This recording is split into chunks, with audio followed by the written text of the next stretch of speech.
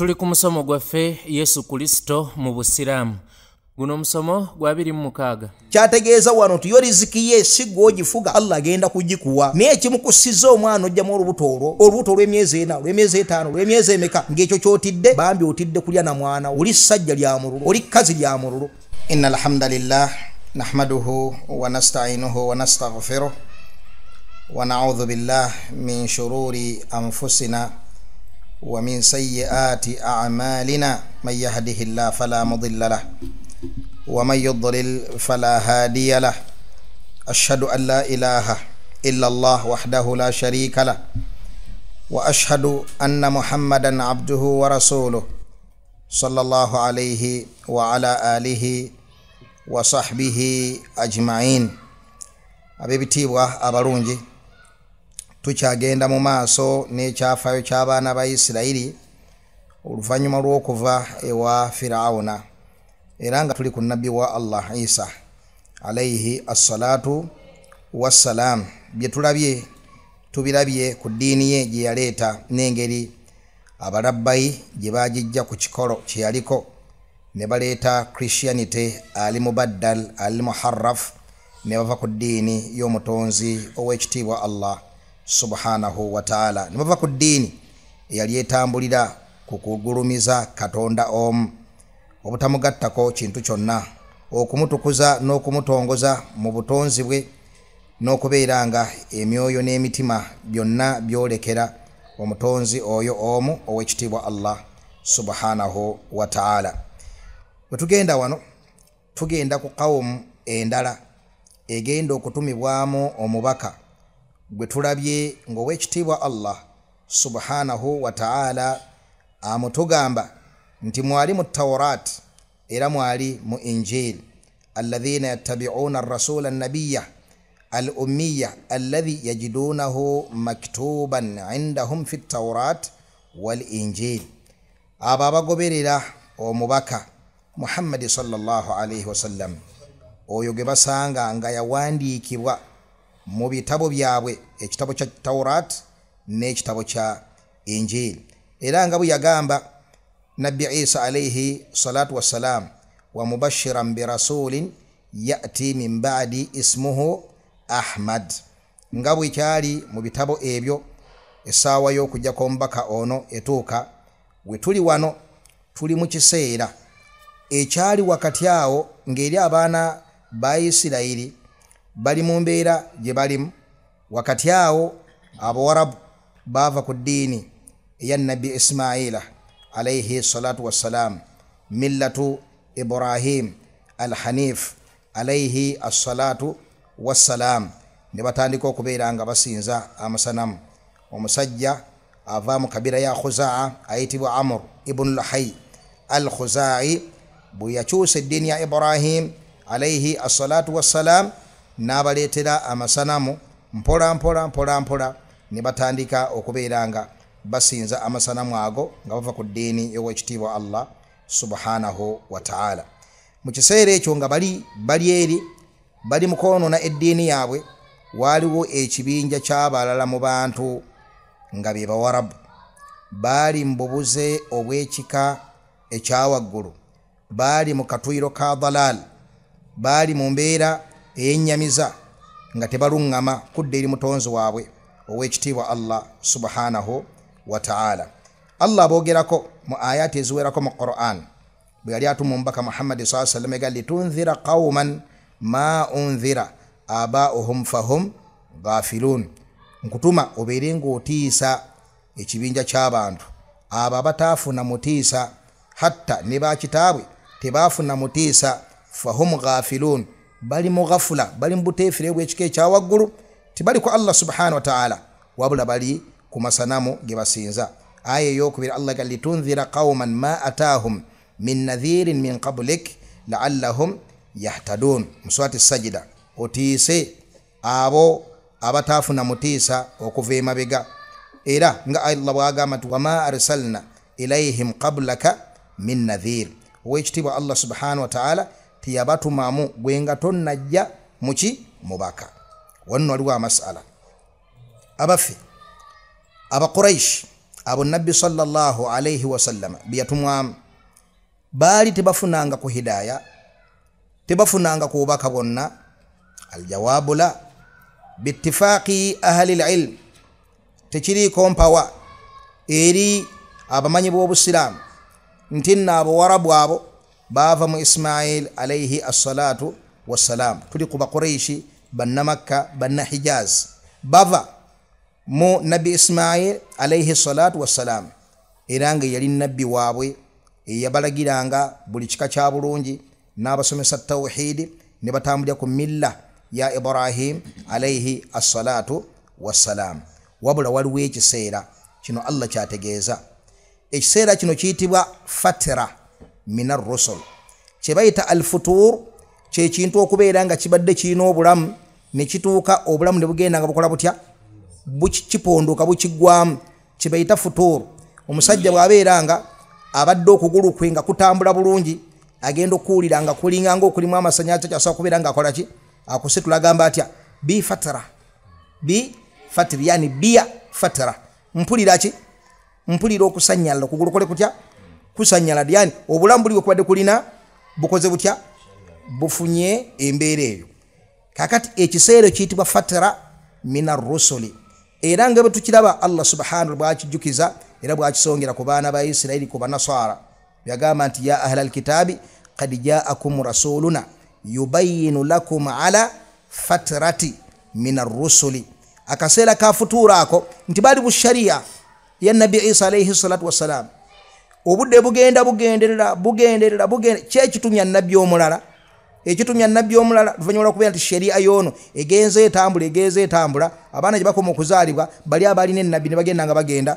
eddiini egenda ekola etya epeeruuka mu bantu nga weetaagisawo tajdid okugiza obujja kakati n'abo Arab bali ku ddiini ya nabi Ismaila alayhi assalatu wassalam milla ya Ibrahim alayhi salatu wassalam nga batambulye ku bulungamu obufaanaganako bwe butyo okutuusa omusajja Amru ibn Luhay al-Khuzai nga nabi sallallahu alayhi wasallam yagamba mu ssala ya kusufu wa ra'aytu Amra ibn Luhay al-Khuzai yajurru qutbahu fi madha fi an-nari wa huwa awwal man sayyaba as-sawaiba nendaba Allah ndaze Amr ibn Luhay al-Khuzai yali ava mu kabira ya Khuzaa wa huwa awwal man sayyaba as-sawaiba ye yaleeta amasanamu ogateeka muki mu Bawarabu bino tobyebuuza nga kijja kitya okubaleetera amasanamu bannange wano wetulabira omutawaana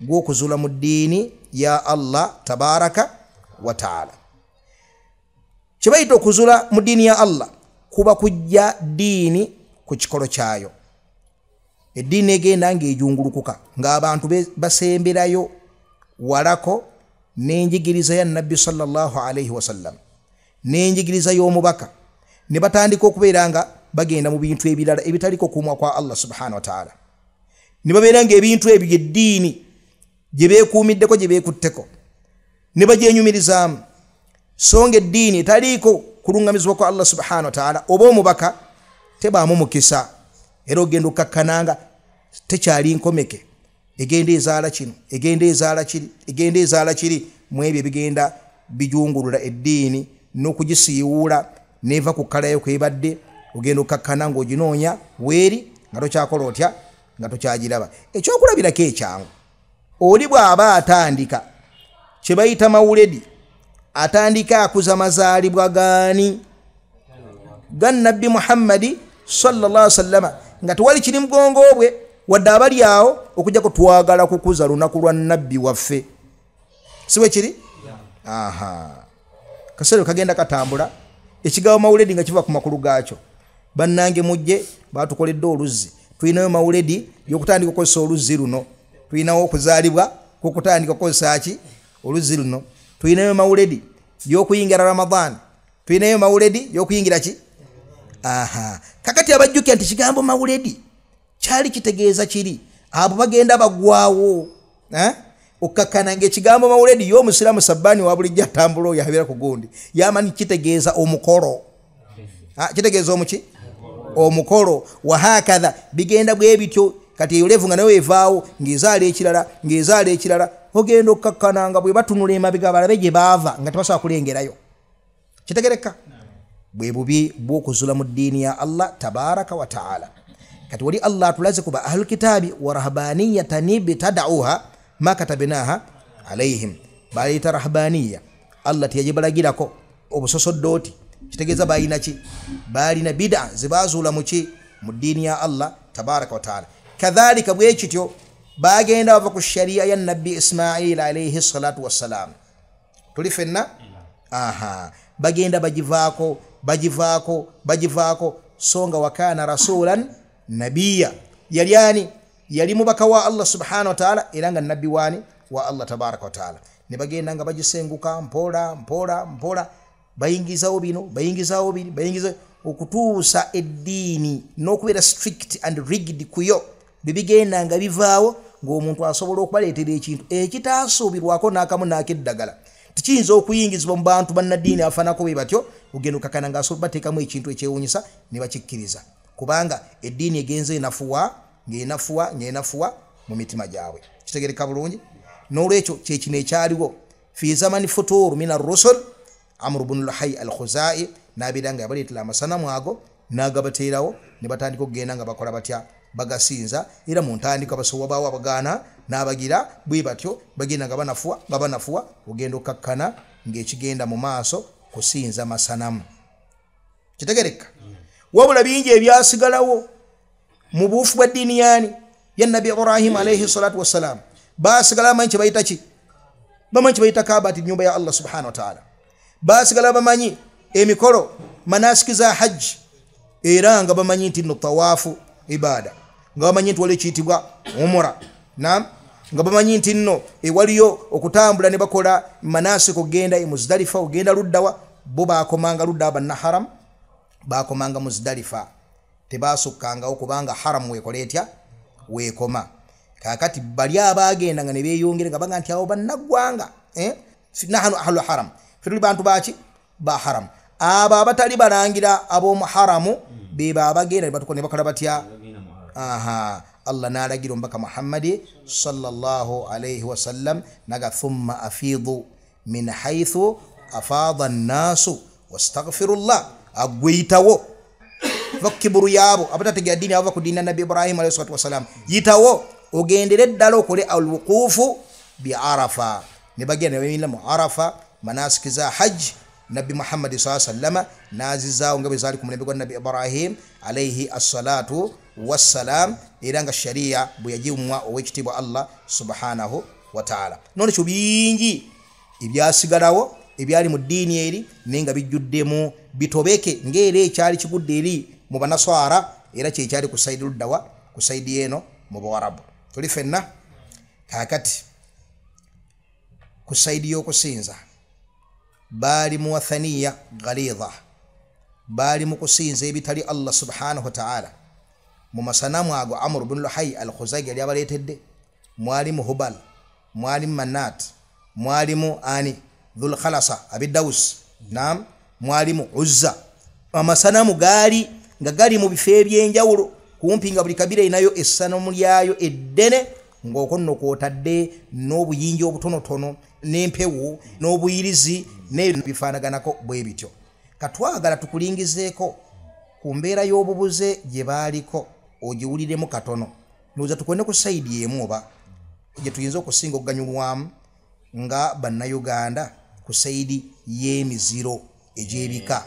Baali mu mbeera ki? Munnange owulire ggwe kiki nabbi kye yatumwa okujjawo, kiki ekyo Allah kyavumirira, olabe munnange oyinza okuba nga ggwe kyolimu olwaleero nga mweyagalira n'entalabuusi ennungi ey'Ezanzibar. Kakati ndowooza tusome, tandike ku hadith ibn Abbas radiyallahu ta'ala anhu. Hadith ibn Abbas iri mu Bukhari. Hadith eno ekuyita mu kkubo lya Sa'id ibn Jubair at-Tabi'i al-ma'ruf omwizi wa Abdullah ibn Abbas, sahabi w'omubaka Muhammadi sallallahu alayhi wasallam. Yagamba nti idha sarraka, bw'oba oyagala okumanya, idha sarraka an ta'arifa jahala al-arabi, bw'oba oyagala okumanya jahal Abawarabu jibaliko yani gombaka Muhammadi sallallahu alaihi wasallama tannatumibwa yaganda faqra ma fawqa 130 fi surati al-an'am soma okuva ku aya soma aya eziri waggulu wa 13 mu sura yachi ya al-an'am natusomera mu katuna ibn Abbas naga nti okutandika kukigambo ekigamba nti qad khasira alladhina qatalu awladahum safaha bighairi ilmin otuke agamba ila qawlihi okutoka ku kigambo ekigamba ti qad dhallu mazima bali mbubuze wa ma kanu muhtadin era tebali bachi tebali balungamo omulimo gwa surati al-an'am okuvedela ku ntandiko mpaka ku nkomerero era nga dai omukoze nji kukubiriza nnyo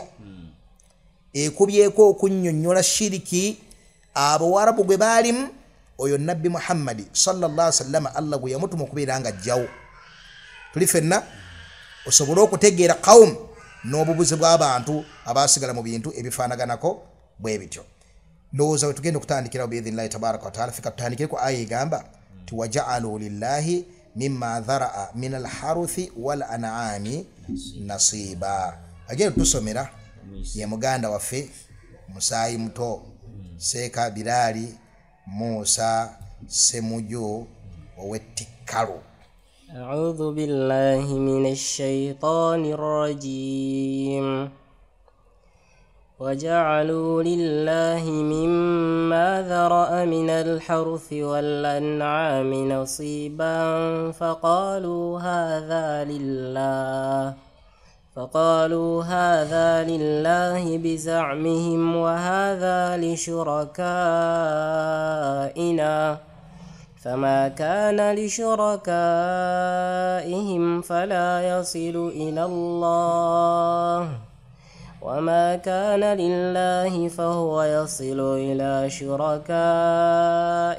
ساء ما يحكمون وكذلك زين لكثير من المشركين قتل أولادهم شركاؤهم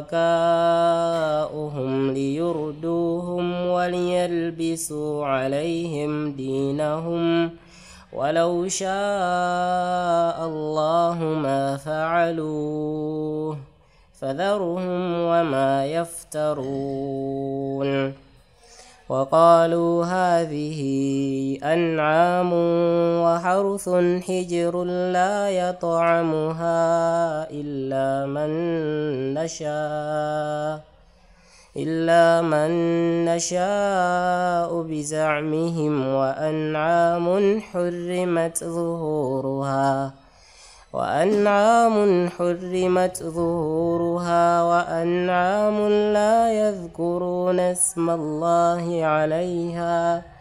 لا يذكرون اسم الله عليها افتراء عليه سيجزيهم بما كانوا يفترون وقالوا ما في بطون هذه الأنعام خالصة لذكورنا ومحرم على أزواجنا وإن يكن ميتة فهم فيه شركاء سيجزيهم وصفهم إنه حكيم عليم قد خسر الذين قتلوا أولادهم سفها بغير علم وحرموا ما رزقهم الله افتراء على الله قد ضلوا وما كانوا مهتدين وهو الذي أنشأ جنات معروشات وغير معروشات والنخل والزرع مختلفا أكله والزيتون والرمان متشابها وغير متشابه كلوا من ثمره إذا أثمر وآتوا حقه يوم حصاده ولا تسرفوا إنه لا يحب المسرفين. muganda waffe w'ekitiibwa hafidhahullah Sheikh Hamza Kateregga eno bwe tuba twagadde okuwulirako tulina bye tuwuliriza ne tubanga abakuwuliriza walillahi alhamdu wal minna. Tusaba Allah akukuume ateeka omukisa mu bulamu bwo era akuwe enkomerero ennungi Allahumma amin. Kakati ebigambo ebyo ebigambo bya Allah tabaraka wa taala twagala mpola mpola nga tugenda tubiyitamu omuntu ali eyawulirize bubaka kiwano ow'ekitiibwa Allah subhanahu wa ta'ala bwatusindikira okutunyumizaako ekizikiza Abawarabu kyebaali bakola batya kyebaali bawangalya. Musembera wano Sheikh Bilal sembera hayaka otuwa aya naam tandikira wenyini waja'alu lillahi mimma dhara'a naam وجعلوا لله مما ذرأ من الحرث والأنعام نصيبا فقالوا هذا لله بزعمهم وهذا لشركائنا. وجعلوا لله مما ذرأ من الحرث والأنعام نصيبا. mu bulyazamanya bw'Abawarabu n'ekizikiza kye baalimu n'okunyoomoola omutonzi waabwe Allah tabaraka wa ta'ala era nga nkola y'abashiriko nga bwe tugenda okulaba yonna gye babeera mu nsi baalina enkola. kanu yaj'aluuna lillahi mimma dhara'a min alharuthi wal an'ami nasiba. eyatonda ye Allah subhanahu wa ta'ala ye yabatonda bo era n'abatondya n'eriziki bagikozese babeere abalamu basobole okubeera nga ebayamba mu kusinza omutonzi waabwe ow'ekitiibwa Allah subhanahu wa ta'ala. nebbo baakolanga batya baakwatanga mimma dharaa eyo dha naam eba kubeera za kyakitegeeza mu ebyo byalima zaraa kwe kulima si bwe kiri naye mimma dharaa yani mimma awjada wa khalaqa ebyo Allah subhanahu wa ta'ala bye yatonda yani bye batondira bibagase. waja'alu lillahi mimma dharaa min alharuthi wal an'ami nasiba. bakwatanga mu birime Allah bye batondira bibagase wal an'ami ne mu nsolo Allah ze batondira zikolesya zibagase nga bajjamu nasiba nga bajjamu omugabo ne bagamba nti guno gwa Allah mungoberera. wa hadha li shurakaina ate guno gw'omugabo gwa masanamu gaffe gwa lubaale genda maaso. فما كان لشركائهم فلا يصل إلى الله. فما كان لشركائهم فلا يصل إلى الله. ne mu bulyazamanya bwabwe ebyabeeranga ebyabaalubaale tebyatuukanga wa Allah. wama kana lillahi fahuwa yasilu ila shurakaihim. naye ebyabeeranga ebya Allah byo nga bituuka eri baalubaale. kyabanga kitya ebya Allah bituuka mu baalubaale ebyalubaale tebituuka wa Allah. saa ma yahkumun baali balamuzi babi. kyabanga bwe kiti okukikufundiza omusajja akungudde emiyembe egi kyabeeranga mu nkola yaabwe nga balina okuzzaayo okola batya okuzzaayo. kakati nga bateekawo akatuumo wali ti guno omugabo gwaki gwa Allah ate guno omugabo gwa lubaale. naye nga kiri mu mateeka agaabwe nti singa emiyembe ebiri gikulukuta ne gigenda wali ku mugabo gwaki ogwa lubaale nga jani nga givudde ku mugabo gwani gwa Allah subhanahu wa ta'ala nga kive era nga tekikkirizibwa okubeera nga ogirondalonda n'ogizaayo n'otereza bulungi omulengo akategerekese ebyo nedda. ate bwe gyakulukutanga nga givudde ewaani ewa lubaale ne gikulukuta ne gigenda ewaani ku mulengo gwani gwa Allah subhanahu wa ta'ala ngo bayino girondayo bagijjeyo bagizzeeyo kitegereka Allah ragal saa ma yahkumun kikyayaga tutegeere ku mbeera y'abashiriku bawange ensonga ne bagamba anti haula'i al-aliha fuqara bano bakatonda bafa abalala basajja battu baavu wallahu ghani ate Allah muki Allah mugagga kadwa bawaka kulukusene kagende limba kitawe tukaleke ata akaibe kavende kagende kakuta saidi yeno tukole tutya wal haqiqa songe chaddala yabanga inaya kwabanga kufuba na kweraliikirira na butagala kuzanyira nakamu nakeddagala ku mugabo gwa lubaale kirika bulungi lubaale takola atya n'obuteefiirayo ku byani ku bya Allah tabaraka wa ta'ala kikulaga nti Allah aliawo kwekwasa buki bwekwasa ne katonda gyali tulina okubawo kye tumukolera naye nga haqiqa omutima gwabwe gujjuddemu kusiima lubaale okukikusembereza era ku musamize waffe munnakyaddondo ku musamize waffe munnabuddu ku musamize waffe munnakyaggwe omuki omusamize nga ensonga za Allah yesindika bwesindisa omutima farigha min al-inaya wal ikhlas ebya Allah bimumenya yesindika bwesindisibwe kuba kusaddaka muzikiti yesindika bwesindisibwe kuba kugira byonna wena kumenyeka talina ndasi mu bintu bya Allah subhanahu wa ta'ala atawe kituuka ku bintu bya lubaale alina endasi empitirifu ila daraja ne kituuka ne ku ddaala nti asobola okuzuukuka ekiro mu matumbi budde ng'obumyansa bukola butya bumyansa enkuba etonnya omuyaga gw'amaanyi omumyansa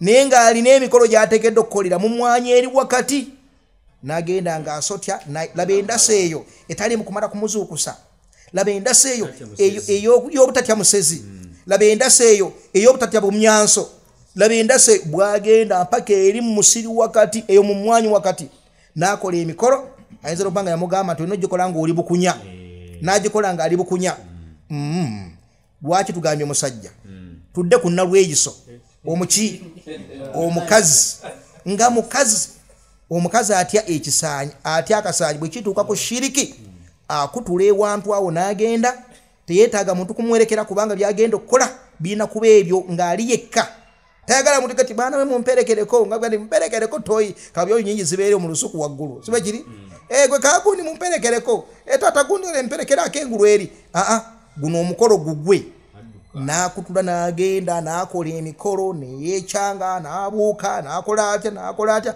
n'agimaliriza n'atambula n'akola atya n'akomawo ng'ensonga z'obusiraamu zonna osindika olinganga asika enjovu endwadde enneme eyagira oyagala ogitambuza ogituusa gy'okola otya gy'oli ku nsonga z'eddiini naye ng'alina okulaga naye awaayo naye nga teyeetaaga na kumanya bituuse tebituuse al aslan ekyali mu kumirako identity ku kitundu ffe tuli basiraamu ajati haji wahakadha naye nga temulindasi kakati abanga inaya gye babanga nayo kaweefube n'okufaayo okw'amaanyi ku nsonga za lubaale kyebaava bakola ekintu ekifaanagana kuba ekityo ekisooka Allah ne bamuwa omugabo ne lubaale naye ne bamuwa omugabo mu bya Allah qul araaytum shurakaakum alladhina tad'una min dunillah abange mumbuulire ebintu ebyo musinza ne mulekawo Allah aruni madha khalaqu min al-ard mundage mumbuulire byatonda ki mu nsi am lahum shirkun fi samawati obakade ku nsi mulaba tebina kye binawo naye nga mukulaba okwammwe eyo waggulu mu ggulu eyo birinayo omuki omugabo idhan bwobeera nga tewali walladhina tad'una min dunihi ma yamlikuna min qitmir kakabeeri kanyinkuuli tekafugika tebikalina tebikafuga tebikatondangako lwaki obisina lolekawo Allah subhanahu wa ta'ala bwe batyo nno webakola yani Allah kyatulaga mu aya eno nga balina okulengeza Allah okwekika ekyaki ekyawaggulu. Genda maaso. وما كان لله فهو يصل إلى شركائهم ساء ما يحكمون. Genda maaso. وكذلك زين لكثير من المشركين قتل أولادهم شركاؤهم ليردوهم وليلبسوا عليهم دينهم. وكذلك زين لكثير من المشركين قتل أولادهم. era mu ngeri yemu zayyana yawundira ani awunda ani amulabye waali shaytaani naye ani amulabye waali mu aya eno ani ayinza omutulaga mu aya eno shaytaani shuraka uhum shuraka eyo ezeli marufu ala annahu madha fa'il. Naam. Wakadhalika zayyana likathirin min almushrikina qatla awladihim shurakauhum liyurduhum waliyalbisu alayhim dinahum. Era mu ngeri yemu ebyo bibaali mu nabbi nga tannabatumamu balina ekikolobero n'ekiva eky'amaanyi obubuyabuya obw'ekika ekyawaggulu bwe baalimu nti sitaani yali yabawundira katila awladihim yabawundira okutta abaana baabwe. Lwaki Allah akozesa ekigambo zayyana? kubanga al aslu fi tabi'a anna hadhihi al fi'la khabitha wa muntina. Ekikolo kuwumba bw'omuntu tekyo ekikolwa n'ente ekigaana tegala kugittira mwana gwayo sibo kiri n'embuzi n'enkoko efiirawo nga kakuba mpanga akola atya ajja fakaifu okubeera nti omuntu yeekwatiranga omwana we n'amutta. Tuli fenna idhan sitaani yali yabawundi ekiyitibwa alwaadu. Ma huwa alwaadu katila al awlad okutta abaki abaana. Allah kyaga nti wa idhal maw'udatu su'ilat bi ayyi dhanbin qutilat. Abaana bagenda kubuuzibwa ebibuuzo abo abattibwa babakwatanga ne babaziikanga balamu ayumsikuhu ala hunin am yadussuhu fi turab. Bwe bamuwanga amawulire nti afunye omwana omuwala wa idha bushira ahaduhum bil untha bwe yafunanga amawulire nti afunye omwana omuki omuwala dhalla wajhuhu muswadda feesi yonna ng'egubanga ejjula ekkabyo ayumsikuhu ala hunin am yadussuhu fi turab. Agume abeere naye mu bunyoomoofu. Laba bwe babeera mu mbeera ng'okwera n'omwana omuwala nga bunyoomoofu. Abaana b'Abawarabu abawala mbamye bafaanana mubamanye bafaanana. Wallahi sitaani sitaani yawundira abasajja ku mulembe ogwo nabbi gatannatuma nabbi agatuma mu bisajja ebiri ku bwongo buli level y'okutegeera efaanako bwetyo nga byenyumiriza mu kutta abaana abawala era nga bawulira nti okwera n'omwana omuwala kiki. Kati Allah atulaga wano mu ayini mu kigambo kino zayyana okulaga nti ekikolwa kino asulan kyali kibi nga n'obumbwa bukikola butya bukigaana. Ni sitaani n'ekitandika mu ngeri eyeewunyisaawo era naye tuyige wano nti sitaani esobola okutuusa yonna gy'otasuubirangako nti olituukayo kasita ogiteeka omukono gwo mu ngalo zaayo ekutuusa ku ntegeera naye ku kikolobero ky'otasuubirangako nti olikigwamu. Kitegereka zayyana amakulu mu ntandikwa kyali kibi negenda ng'ekiwundira okutuusa lwe kyafuuka ekintu ekiri acceptable nga n'emitima gikikuba tegyesiseemu. Zayyana likathirin min almushrikina qatila awladihim. Kyekibawundira shurakauhum liyurduhum waliyalbisu alayhim dinahum. Liyurduhum yani esobola obbasiranyiza mu muliro arradi esobola okubeera nga eboonoonera eddiini ebasembezaayo wala n'okusaasira kwa Allah subhanahu wa ta'ala. Bwe batyo bawangaalanga. Njagala osiriikirire abantu bano batunuulire. Baali bakimanye bulungi nnyo nti baana b'abakyala bana abasajja abali mu kutta ki baali bakimanye bulungi nnyo nti baana b'abaki baali bakimanye nti baana b'abakyala. Idhan nga tebayinza kubeera bo bennyininyini abasajja abo babuyabuya okujjako nga abakyala babaddewo be baabazaala. Fakaifa taqtul man anta minhum. Otyo omuntu ototya ekintu ky'omanyi nti nno gwe naawe tosobola kubeerawo okujjako ng'oyita muki ng'oyita mukyo. Naye subhanallah gotta afaanana n'akuzaala gotta afaanana oyo gw'omuzaddemu si bwe kiri. Kati kyafaanana kitya kyayingira kitya mu bwongo bwabwe naye awamu n'ekyo bakibeerako ne bakikkiriza. Kati battanga abantu ba mirundi ebiri, battanga abaana abalenzi khilafan lima ya'taqiduhu nnas. Abantu balooza nti battanga baki? Battanga bawalabuka. Nedda, battanga n'abaana abaki? Abalenzi. Wabula ekyassanga abalenzi khashyata imlaq, nga batya bwavu. Allah gati wala taqtulu awladakum khashyata imlaqin nahnu narzuquhum wa iyyakum. Aya endala nahnu narzuqukum wa iyyahum. Temutanga abaana mu lw'okutya obwavu. Allah subhanahu wa ta'ala yabalabira mmwe, yalabira n'abaana bali. Mu aya endala Allah yalabira abaana bali, namwe yakola ki? Yabalabirira. Ekyo kimu. Battanga abaana abalenzi olw'okutya obwavu. Ne batta abaana abuwala khashyata al-aar. Abaana abuwala ng'ekyo kya bunyoomofu kisiraani, ng'olwo ogenda kufuna ekipali, bejjeko ekipali. Ayumsikuhu ala hunin, aguma abeere naye mbunyoomofu, am yadussuhu fi turab, oba amukwata amuziike mu ttaka nga muki? Nga mulamu. Bwe batyo baawangalanga era bwe tebaakolanga.